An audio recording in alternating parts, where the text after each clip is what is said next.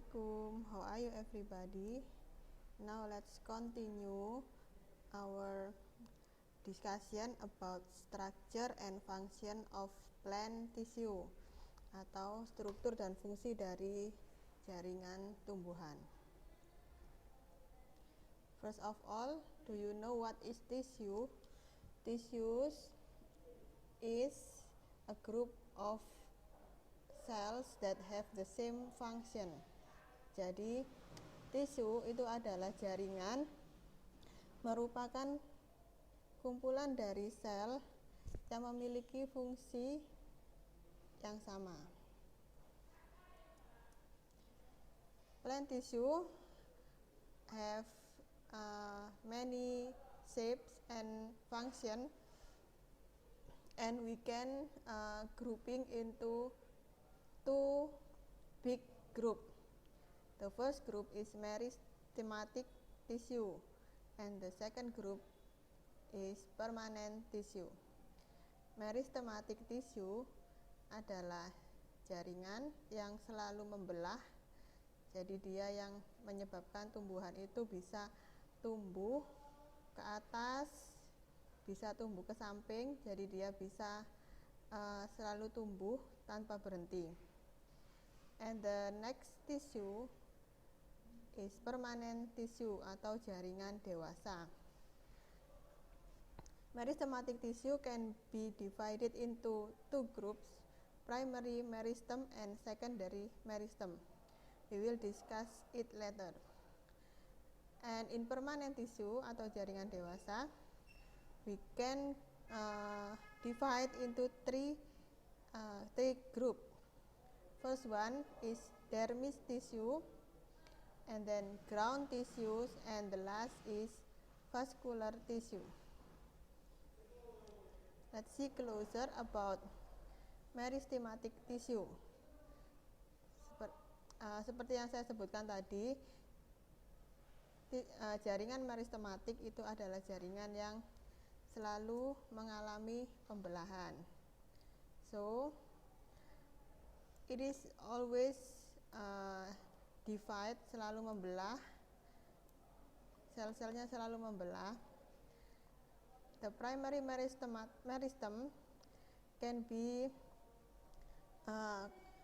grouped into two kinds, apical meristem and axillary meristem. Apical meristem you can see here. Meristem apikal ini adalah meristem yang ada di ujung batang. Jadi dia ada di bagian yang paling pucuk dari tanaman, yang menyebabkan kuncup itu akan selalu tumbuh ke atas. There are also axillary meristem atau meristem aksilar. Ini adalah meristem yang ada di ketiak, yang ada di antara di ketiak daun atau di bagian di antara cabang yang satu dengan batang, antara cabang dengan batang. So meristem apical will be the first, but if meristem apical get damage, jika meristem apikal ini rusak, maka yang akan melanjutkan pertumbuhannya adalah meristem aksilar. Sehingga kalau ada tanaman kemudian pucuknya dipotong, pasti dia akan keluar cabang-cabang baru. Itu karena meristem apikal yang rusak akan digantikan oleh meristem aksilar, so that the plant will continue to grow. And secondary meristem atau meristem sekunder itu adalah meristem yang mengatur pembelahan ke samping. There are two kinds of secondary meristem, vascular cambium and phellogen. Jadi vascular cambium ini dimiliki oleh tumbuhan dikotil, yang menyebabkan tumbuhan dikotil itu memiliki garis tahunan. Jadi dari aktivitas pertumbuhan vascular cambium, dari tahun ke tahun itu akan menimbulkan garis-garis pertumbuhan yang kita sebut sebagai lingkaran tahunan. Next tissue is permanent tissue atau jaringan dewasa. There are three kinds of permanent tissue. There are three kinds of permanent tissue. The first one is dermal tissue atau kulit. Kalau di gambar ini warnanya adalah merah. So in the leaf, in the stem, and in the root there are dermal tissue, jaringan yang merupakan kulit dari tumbuhan. Dermal tissue, the example of dermal tissue is epidermis atau kulit luar yang terdapat pada daun, batang, dan akar. Next is vascular tissue. Kalau di gambar ini digambarkan dengan warna ungu, purple. Vascular tissue can be found in the leaf, in the stem, and also in the root. And the last is ground tissue atau jaringan dasar, jaringan pengisi. Di sini warnanya adalah green ya, green or blue or pale blue. There are three kinds of ground tissue, parenchyma, jaringan parenchym, and then supporting tissue, there are collenchyma and sclerenchyma. Next, let's see tissue in plant. The first one is dermal tissue, jaringan yang merupakan kulit dari tumbuhan. Ini ada di bagian paling luar, seperti di daun, in the leaf. Kalau daun itu kita iris melintang, itu akan ada jaringan dermisnya, itu ada di atas dan di bawah. We call it epidermis. Epidermis in the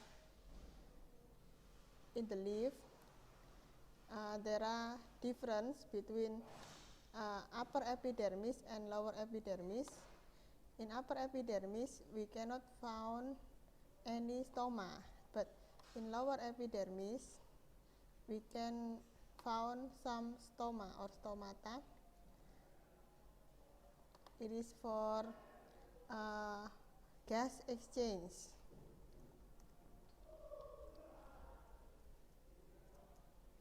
Next tissue in the plant is vascular tissue, jaringan pengangkut.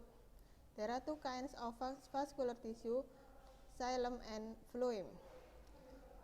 Xylem used for carry water from the ground to the place of photosynthesis, while phloem have function to carry the photosynthesis result. We know that photosynthesis produce glucose.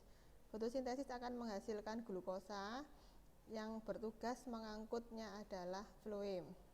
Sementara xilem tadi fungsinya untuk mengangkut air dari tanah menuju ke tempat fotosintesis. Kalau kita melihat daun, if we see the plant, the leaf, daun itu ada urat-urat daun. Sebenarnya urat-urat daun itu adalah jaringan pengangkut.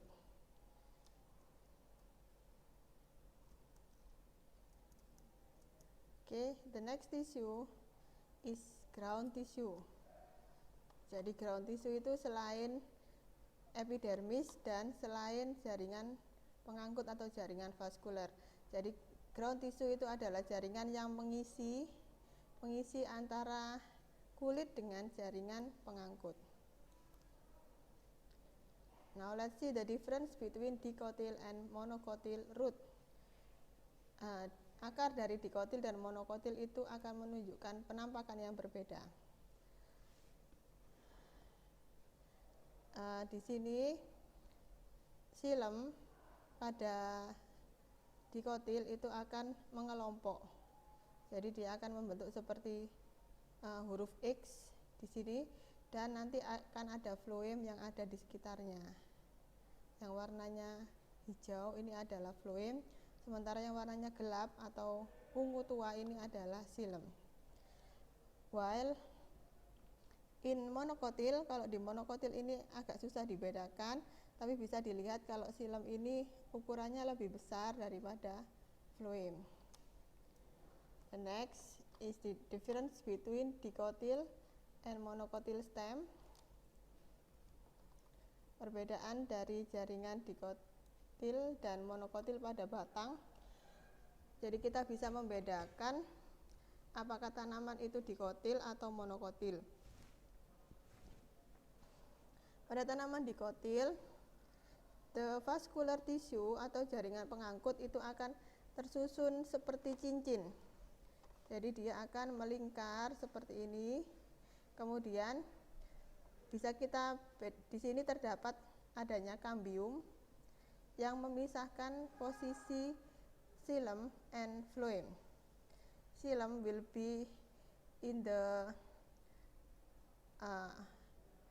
inside, while phloem will be outside. Phloem itu ada di luar, sementara xilem itu ada di bagian dalam. Dan yang memisahkan antara xilem dan phloem adalah kambium. Difference with monocotyl stem. The monocotyl stem have a shape like this, bentuknya seperti ini. Kalau pada tanaman monocotyl, letak xilem dan phloem itu tidak teratur. Jadi dia tidak seperti pada dicotyl yang letaknya sangat beraturan dan dipisahkan oleh kambium. Kalau pada tumbuhan monocotyl itu tidak terdapat kambium dan berkas pengangkutnya ini akan menyebar. Jadi bagaimana kita membedakan antara xilem dan phloem? Xilem itu yang ukurannya lebih besar, sementara phloem yang kecil-kecil yang ada di sekitarnya. Okay, that's all about organ, tissue, and cells. Organs we have studied in the last meeting. There are root, stem, leaf, flower, and fruit. But in tissue there are three kinds: ground tissue, vascular tissue, dermal tissue. It is for permanent tissue, and there are also meristematic tissue. Tissue consists of cells. Jadi jaringan itu tersusun atas sel-sel. Ground tissue contohnya parenchyma, collenchyma, and sclerenchyma. Vascular tissue contohnya adalah xilem and phloem. Dermal tissue contohnya adalah epidermis. Okay, thank you everybody. Next meeting we will study more about structure inspired by plant tissue. Jadi struktur-struktur yang terinspirasi atau bangunan atau teknologi yang terinspirasi dari jaringan tumbuhan. Thank you. Assalamualaikum warahmatullahi wabarakatuh.